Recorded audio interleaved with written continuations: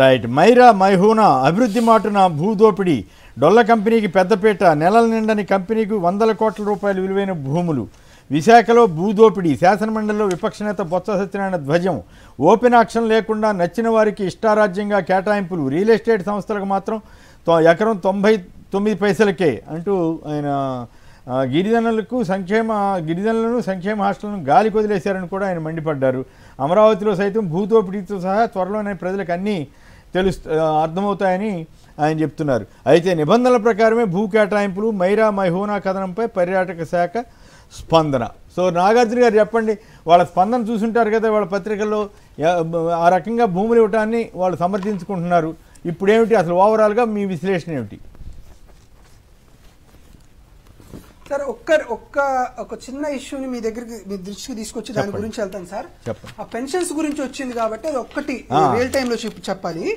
జగన్మోహన్ రెడ్డి గారు ఉన్నప్పుడు the last year అండి 66,34,371 మందికి జగన్మోహన్ రెడ్డి గారు పెన్షన్ డెలివరీ చేశారు సార్. ఈ రోజు అంటే లాస్ట్ మంత్ వాళ్ళు డెలివరీ చేసింది 62,10,969 మంది. అంటే అరౌండ్ గా 4.5 లక్షల మందిది డిఫరెన్స్ జరుగుతుంది. ఈ రోజు చెప్తున్నాను సార్, టైం ఎంత అయింది సార్? 8 అయింది. టైం 8 అయింది సార్. జగన్మోహన్ రెడ్డి గారు ముఖ్యమంత్రిగా ఉండగా 1వ తేదీన 6 గంటలకల్లా దాదాపుగా 90% అయిపోయింది సార్. ఈ రోజు పెన్షన్ చూద్దాం సార్. వీళ్ళు 63,25,999 మందికి పెన్షన్స్ ఇవ్వాలి.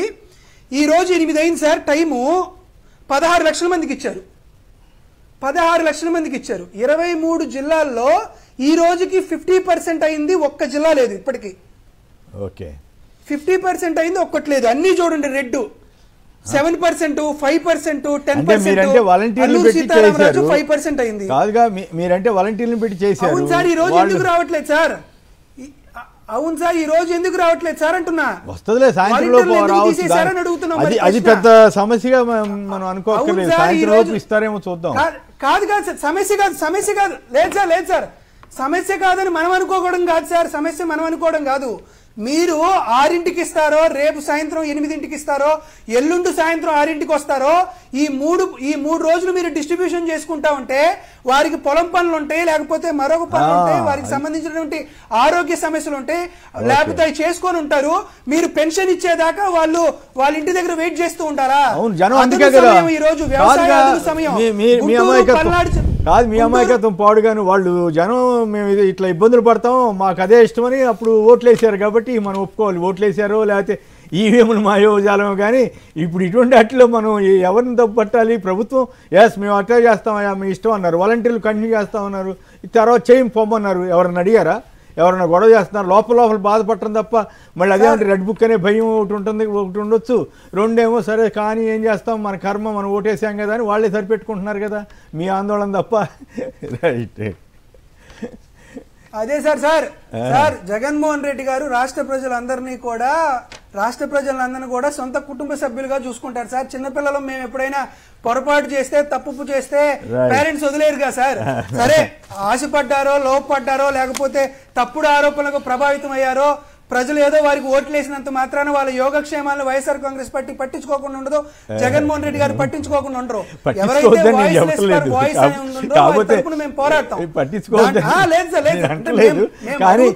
ప్రజలకు ఇష్టమైనప్పుడు మీరేం మెకానిజం అనేది అదే. ఇప్పుడు జగన్ గారు ఖర్చు పెడితేనేమో శ్రీలంక అయిపోతుంది. మెకానిజం అనేది జగన్ గారు ఖర్చు పెడితేనేమో శ్రీలంక అయిపోద్ది అన్నారు. ఇప్పుడు ఈయన ఖర్చు పెడితేనేమో చూసారా ఎంత బాగా ఇస్తున్నారో అని ఎల్లో మీడియా ప్రచారం చేస్తుంది. మరి అది ఆ భావజాలాన్ని మీరు జాగ్రత్తగా జనంలో తీసుకెళ్ళగలగాలి తప్ప ఇంకా చేసేది ఏం లేదు. రైట్, ఈ భూ కేటాయింపులకు సంబంధించి మాట్లాడండి సార్. భూ కేటాయింపులకు సంబంధించి గతంలో కానీ ఇప్పుడు కానీ సుస్పష్టంగా చెప్తున్నాను. నేనేం అడుగుతున్నానంటే సార్, మీరు సరే ఒక సంస్థకు మీరు భూములు కేటాయిస్తున్నారు. భూములు కేటాయించేటప్పుడు మీరు చేయాల్సింది ఏంది? ఎక్కడ కేటాయిస్తున్నారు మీరు భూములు? విశాఖపట్నంలోనే కేటాయిస్తున్నారు. ఎందుకు విశాఖపట్నంలో కేటాయిస్తున్నారు? విశాఖపట్నంలో ఐటీ మెకానిజంకు సంబంధించినటువంటి ఎకో సిస్టమ్ ఉంది. వివిధ రకాలైనటువంటి సంస్థలు ఉన్నాయి. ఈ వివిధ రకాల సంస్థలు ఉన్న చోట ఐటీ హిల్స్ లాంటివి, మధురవాడ ఐటీ సెజ్ లాంటివి గతంలో వైఎస్ రాజశేఖర రెడ్డి గారి కాడి నుంచి మొన్న జగన్మోహన్ రెడ్డి గారి దాకా డెవలప్ చేసినటువంటి ఎకో సిస్టమ్. ఈ ఎకో సిస్టంలో అది ఏవైతే సంస్థలు వస్తాయి అనుకున్నారో వారందరికీ మీరు ఓపెన్ యాక్షన్ పెట్టండి. ఏ సంస్థలు వస్తున్నాయో ఆ సంస్థలకు సంబంధించినటువంటి వాళ్ళు ఎంత భూమి కావాలి, ఆ భూమికి సంబంధించిన ఓపెన్ యాక్షన్ పెట్టండి. ఆంధ్రప్రదేశ్ రాష్ట్రానికి డబ్బులు వస్తాయి, ఆ డబ్బులు వచ్చిన దానికి వాళ్ళకి భూములు ఇస్తాం. అలా కాకుండా ఊరు పేరు తెలియనటువంటి కంపెనీలకి 99 పైసలకి మీరు భూములు ఇచ్చేసేస్తే వారు దాంట్లో ఇంకొకటి కూడా మీరు గుర్తు చేసుకోండి సార్. మనం 100 ఎకరాలు భూమి ఇస్తే 100 ఎకరాల్లో వాళ్ళు ఐటీ పార్కులు కట్టరట. 100 ఎకరాల్లో వాళ్ళు ఐటీ ఆధారితమైనటువంటి పరిశ్రమలు తీసుకురారట. ఒక 50% ఐటీ ఆధారిత పరిశ్రమలు పెట్టి మరో 50% కమ్యూనిటీ సెంటర్స్ కట్టుకుంటారంట. అంటే తమ వ్యక్తిగతమైనటువంటి రెసిడెన్షియల్ కాంప్లెక్సెస్, కమర్షియల్ కాంప్లెక్సెస్ కట్టుకొని వారు దాన్ని అద్దెకిస్తారో అమ్ముకుంటారో కార్యక్రమాలు జరుగుతూ ఉన్నాయి. కంపెనీకి ఇవ్వాలి అనుకుంటే అవన్నీ ఆల్రెడీ వచ్చినాయి. ఇప్పుడు పాయింట్ ఏంటంటే మైరా అనే సంస్థకి ఇస్తే ఒకటే వచ్చింది, ఒక సంస్థే ముందుకు వచ్చింది కాబట్టి ఇట్లా వాళ్ళకే ఇచ్చేసామని చెప్పి ఈ సంస్థ వల్ల మంచి ఆదాయం వస్తుందని భావిస్తున్నామని చెబుతున్నారంట. బొత్స గారు వీళ్ళంతానేమో మీరంతా దోపిడీ అని మీరు అంటున్నారు. ఇప్పుడు దోపిడీయా లేదా ఆ టూరిజం శాఖ చెబుతున్నట్లుగా మంచి ఆదాయం వచ్చే అవకాశం ఉందా ఈ టూరిజం ఆస్తుల్ని ఇట్లా రకంగా భూములకి ఇవ్వటం వల్ల? సార్ ఒకటే అంటే మైరాకే ఇస్తున్నారు, ఎందుకు కొమ్మినేని శ్రీనివాసరావు గారికి ఇవ్వట్లేదండి అంటే సమాధానం ఏం చెప్తారు? సరే మీరు ఏదో టెండర్ పిలిచారు, యాక్షన్ పిలిచారు, ఒకటే సంస్థ వచ్చింది. ఒకటే సంస్థ వచ్చినప్పుడు ఆంధ్రప్రదేశ్ రాష్ట్ర ప్రభుత్వం ఏం చేయాలి? టెండర్లు రద్దు చేసి మళ్ళీ రీటెండర్స్ పిలవాలి కదా. సో కొంత ఎక్కువ మంది బిడ్డర్స్ ని ఆహ్వానించాలి కదా. ఎక్కువ మంది బిడ్డర్స్ రాకుండా ఉండడానికి ఎందుకు అటువంటి కార్యక్రమాలు చేశారు? సో మైరా సంస్థకు వచ్చినటువంటి బిడ్డింగ్ ఆప్షన్ మిగతా సంస్థలకు ఎందుకు రాలేదు అంటే ఒకరే రావడానికి ఆంధ్రప్రదేశ్ రాష్ట్ర ప్రభుత్వం ఎందుకు దాంట్లో ఫెయిల్ అయింది? నెంబర్ ఆఫ్ కంపెనీస్ వచ్చి వారి ద్వారా బిడ్డింగ్ తీసుకొచ్చి ఎవరైతే L1 టెండర్ ఖరారు చేశారో వారికే ఇవ్వాలి కదా. మరి ఒకటే సంస్థ వచ్చిన తర్వాత వారికే ఇవ్వడాన్ని ఎన్నో రకాలైనటువంటి విజిలెన్స్ సర్వీసెస్ ఏజెన్సీలు లేకపోతే కాగ్ గానీ చాలాసార్లు తప్పు పట్టింది కదా.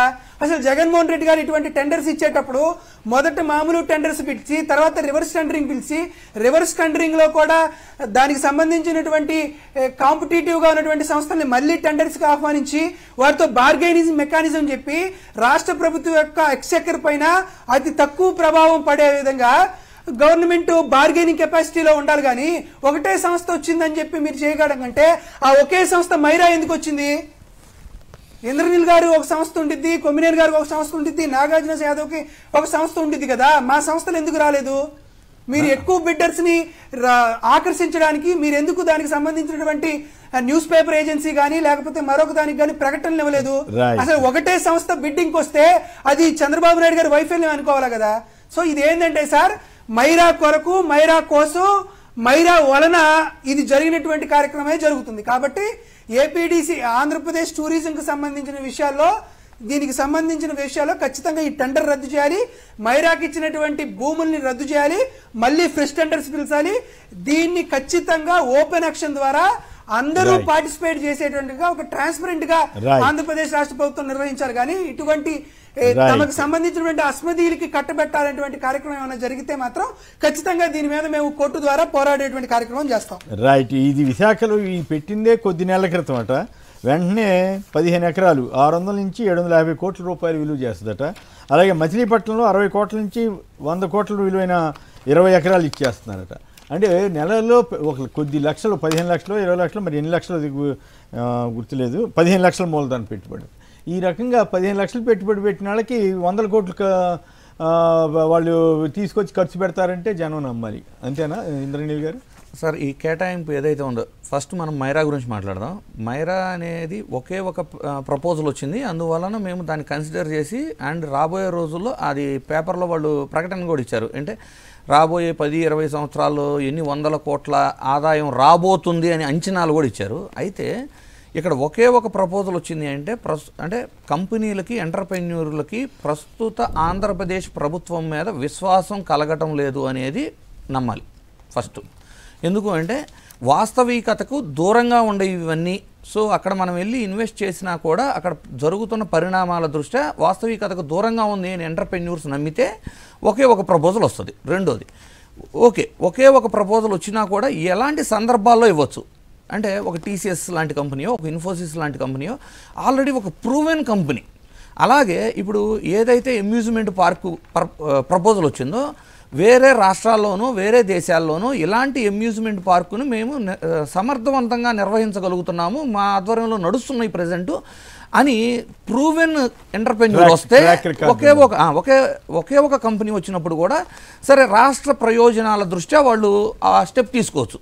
కానీ ఇక్కడ చూస్తే ఎలా ఉంది అంటే మీరు అన్నట్లు ఆ క్యాపిటల్ ఇన్వెస్ట్మెంట్ వాళ్ళ యొక్క కంపెనీ ఫ్లోట్ చేసినప్పుడేమో కేవలం 15 లక్షల పెట్టుబడి పెట్టి వాళ్ళు ఇన్ని 100 కోట్ల పెట్టుబడులు సమీకరించి మేము చేయగలము అని వచ్చినప్పుడు అది కూడా కాంపిటేటివ్గా వేరే ఎంటర్ప్రెన్యూర్ ఎవరూ లేకుండా ఒకే ఒక ప్రపోజల్ వచ్చినప్పుడు కన్సిడర్ చేయటం అనేది ఇది ముమ్మాటికి కూడా దీంట్లో ఏదో ఇందులో కిడ్కో ప్రో లాంటి వ్యవహారాలు కంపల్సరీ ఉంటాయి అనేది కామన్ విశ్లేషణ. అయితే ఇదొక్కటే కాదు సార్, రహేజా, సత్వ ఇవేంటి సార్, హైదరాబాద్లో సాఫ్ట్వేర్లో ఎంప్లాయీగా పనిచేస్తున్న ఎవరికైనా తెలిసేది ఏంటంటే అవి కేవలం రియల్ ఎస్టేట్ సంస్థలు. ఇక్కడేమో మరి వాళ్ళే 150 కోట్లు 100 కోట్లు పెట్టుకుంటారు, అక్కడేమో ఉత్త పుణ్యానికో లేదా 99 పైసలకో విశాఖ బ్రాండ్ నా స్థాయికి దిగదార్చారని అనుకోవాలి కదా. చంద్రబాబు గారికి చాలా పెద్ద బ్రాండ్ ఉందంటే ఇదా? ఇది రియల్ ఎస్టేట్ సంస్థలకి అప్పనంగా మీరు 99 పైసలకి 99 ఏళ్ళకి ఇట్లాంటి లీజులకి ఇచ్చేసుకుంటూ పోతే వీటిలో కుట్రకోణం లేదని భావించాలా ప్రజలు? ఇక్కడ ఇంకొకటి కూడా ఉంది సార్, మీరు ఒకటి చూడండి, ఈ ఎల్లో మీడియాలో టూరిజం డిపార్ట్మెంటు సింహాచలంలో అవచ్చు ఎక్కడ అవచ్చు ఒక టెండర్ని 4 సార్లు పిలుస్తున్నారు, అది వాళ్ళ వైఫల్యము, అది కూడా అనామకులకు ఇస్తున్నారు అని వాళ్ళే పబ్లిష్ చేశారు. టూరిజం డిపార్ట్మెంట్ ఎవరి దగ్గర ఉంది? జనసేన దగ్గర ఉంది. మైరా విషయంలో కూడా టూరిజం భూముల విషయంలో ఎల్లో మీడియాలో కూడా రాస్తారు వాళ్ళ డీటెయిల్గా వాళ్ళు ఏం చేశారు ఏంటనేది. ఇది ఎవరి దగ్గర ఉంది? జనసేన దగ్గర ఉంది. మళ్ళీ ఈరోజు రాశారు సార్ రేషన్ మాఫియా అని రాశారు. రేషన్ మాఫియా అసలు పూర్తిగా రికార్డులో ఉన్న వెయిట్కి వాళ్ళు కలెక్ట్ చేసేటప్పుడు గోడౌన్స్కి వచ్చేటప్పటికి భారీ అవతవకలు ఉన్నాయి అని రాశారు. ఇది ఎవరి దగ్గర ఉంది? జనసేన దగ్గరే ఉంటుంది. మీకు మళ్ళీ దాచేపల్లి దగ్గర కెమికల్స్ అన్ని వెళ్ళి నదిలో వీటిలో కాలువల్లో కలుస్తున్నాయి, కలుషితం అయిపోయింది అని రాశారు. పొల్యూషన్ శాఖ ఎక్కడ ఉంది? జనసేన దగ్గరే ఉంది, పవన్ కళ్యాణ్ దగ్గరే ఉంది. స్ట్రాటజిక్ గానే ఉండారు వాళ్ళు. స్ట్రాటజిక్ గా జనసేనని పవన్ కళ్యాణ్ ని చేసి డౌన్ చేయాలి, గబ్బు పట్టిస్తున్నారా? కనపడుతుంది సార్.